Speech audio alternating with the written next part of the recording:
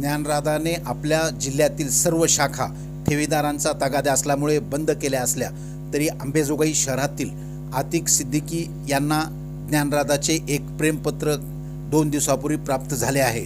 ते पत्रात म्हणतात, येत्या 30 जूनपासून ठेवीदारांना RTGSद्वारे ठेवी परतावा सुरू करत आहोत। आपण कठीण प्रसंगात साथ दिली, पुढेही द्याल हीच अपेक्षा। मात्र लबाडाचे जेवण जेवल्याशिवाय खरे नसते।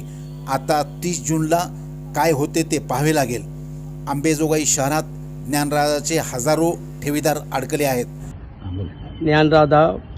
ज्ञानराधामध्ये माझे FD होते और 2 दिवसापूर्वी माझे व्हॉट्सअपवर लेटर पॅडवरून ते आलेले आहे और त्यांनी RTGS करून 30 तारीखपासून पैसे देण्याची सुरुवात व्हाय म्हणले आहे। त्यांचा